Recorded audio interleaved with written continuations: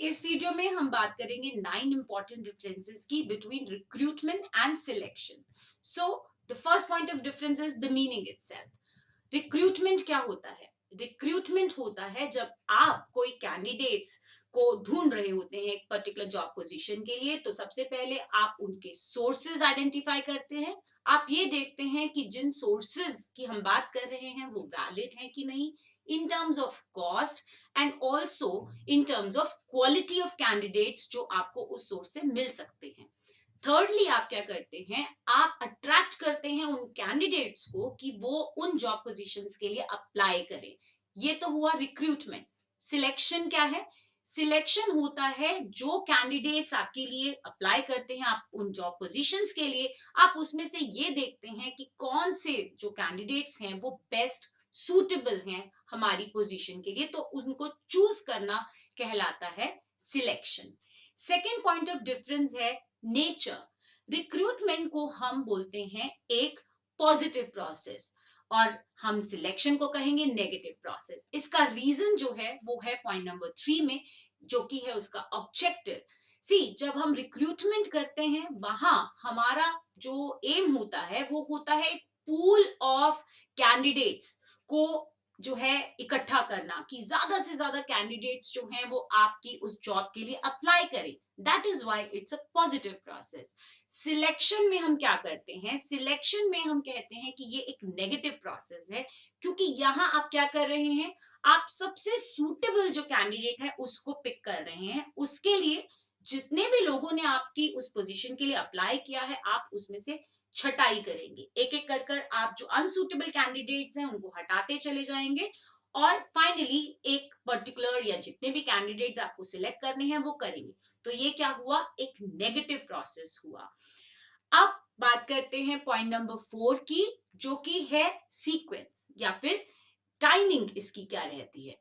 Recruitment और selection दोनों staffing का ही पार्ट हैं, लेकिन जब हम बात करते हैं स्टाफिंग की, ऑब्वियसली आप पहले क्या करेंगे? रिक्रूटमेंट करेंगे, आप लोगों को इनवाइट करेंगे कि वो आपके लिए अप्लाई करें जॉब पोजीशंस के लिए, और जब वो हो जाएगा उसके बाद आप आएंगे छटाई पर, यानी कि सिलेक्शन पर। Point number 5 is the procedure itself. Procedure क्या होता है रिक्रूटमेंट का? लेट्स से अगर आप कैंपस रिक्रूटमेंट करना चाहते हैं, तो सबसे पहले तो आप ये सोर्स पता लगाएंगे कि मुझे कहां से करना है, मुझे कैंपस रिक्रूटमेंट करना है। इफ इट इज सो, अब आपको उनके साथ कम्युनिकेट करना पड़ेगा, कॉलेजेस आइडेंटिफाई करने होंगे, इंस्टीट्यूट्स आइडेंटिफाई करने होंगे, उनके साथ टाइप करना होगा, एक दिन चुनना होगा जब आप ये सब करने वाले हैं। फिर आप उन्हें आपकी जो पोजीशंस हैं वो आप उनको नोटिफाई करेंगे वहां कैंपस स्टूडेंट्स को कि ये जॉब पोजीशंस हैं अवेलेबल, एंड फाइनली आप उनको एक एप्लीकेशन फॉर्म देंगे कि if you want to apply तो आप ये फॉर्म भरिए। ये हुआ रिक्रूटमेंट का प्रोसीजर। सिलेक्शन में क्या करते हैं हम? सिलेक्शन में आप जनरली क्या करते हैं, ये 4-5 स्टेप्स हैं। आप एक प्रिलिमिनरी इंटरव्यू कर सकते हैं ये देखने के लिए कि ये कैंडिडेट सही है या नहीं। जो एप्लीकेशन फॉर्म्स आपके पास आएंगे उन एप्लीकेशंस को आप स्क्रीन करते हैं, और इन 2 स्टेजेस पे जो बिल्कुल आपको लगता है आगे के लिए नहीं हम आगे कंसीडर करना चाहते कैंडिडेट्स को, आप उन्हें निकाल देते हैं। फिर बात आती है टेस्ट्स की। कुछ इंटरव्यूज आप फिर डेप्थ में लेते हैं। जो कैंडिडेट्स आपके टेस्ट, जो लेट्स से अगर सॉफ्टवेयर की नॉलेज चाहिए या कोई भी टेस्ट है, तो वो करवाने के बाद आपको जो कैंडिडेट्स ठीक लगेंगे आप उनका डेप्थ में इंटरव्यू लेंगे। फाइनली आप फिर उनका रेफरेंस चेक करेंगे, आप उनका मेडिकल चेकअप करवाएंगे, और जो कैंडिडेट अब फिट रहेगा जॉब के लिए उसे आप इशू कर देंगे जॉब का ऑफर लेटर। सो ये प्रोसीजर है सिलेक्शन के लिए। If you want me to create a detailed video on selection procedure, you can let me know in comment section. Point number 6 is number. See, जब आप recruitment करते हैं तो आपके दिमाग में कोई नंबर नहीं होता कि इतने ही कैंडिडेट्स अप्लाई करने चाहिए। सो कोई रेस्ट्रिक्शन नहीं है, जितने ज्यादा कैंडिडेट्स अप्लाई करें उतना अच्छा। लेकिन सिलेक्शन में आपके दिमाग में एक सर्टेन नंबर होता है कि इतने कैंडिडेट्स ही हमें सिलेक्ट करने हैं। ऐसा नहीं है कि अगर आपको 10 कैंडिडेट्स की रिक्वायरमेंट है और 1000 ने आपके लिए अप्लाई कर दिया तो आप 100 सिलेक्ट कर लेंगे। एक सर्टेन नंबर है 10, आप उतना ही सिलेक्ट करेंगे। Point number 7 is contract of service. Recruitment जब हम करते हैं, आपका काम है कम्युनिकेट करना कि हमारे पास ये जॉब वैकेंसी है। उस समय आप कोई कॉन्ट्रैक्ट ऑफ सर्विस नहीं क्रिएट करते, लेकिन जो कैंडिडेट सारे जो आपके स्टेप्स हैं, जो प्रोसीजर है उसको फॉलो करते हुए, टेस्ट को पास करते हुए, इंटरव्यू को पास करते हुए फाइनली आप सिलेक्ट करते हैं, उसके साथ आप जब जॉब का ऑफर लेटर आपने उसे दिया, तो वहां आपका कॉन्ट्रैक्ट ऑफ सर्विस क्रिएट हो जाता है। Point number 8 is time required.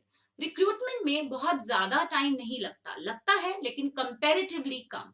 सो यहाँ लेट्स से अगर आप इंटरनल सोर्सेज से रिक्रूट करते हैं तो वहां तो टाइम और भी कम लगता है, आपको सिर्फ नोटिफाई करना है, मे बी आप ईमेल भेज देंगे कि ये जॉब पोजीशन है, those who want to apply please apply.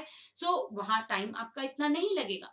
लेकिन जैसा हमने अभी एग्जाम्पल में बोला कि जब हम सिलेक्शन करते हैं और लेट्स से 1000 लोगों ने आपके लिए अप्लाई कर दिया उस पोजीशन के लिए, तो अब आपको समय लगेगा उनको स्क्रीन आउट करने में, जो कि आप प्रिलिमिनरी इंटरव्यू और जो हमने प्रोसेस बताया उसके जरिए करेंगे, लेकिन उसमें समय बहुत जाएगा।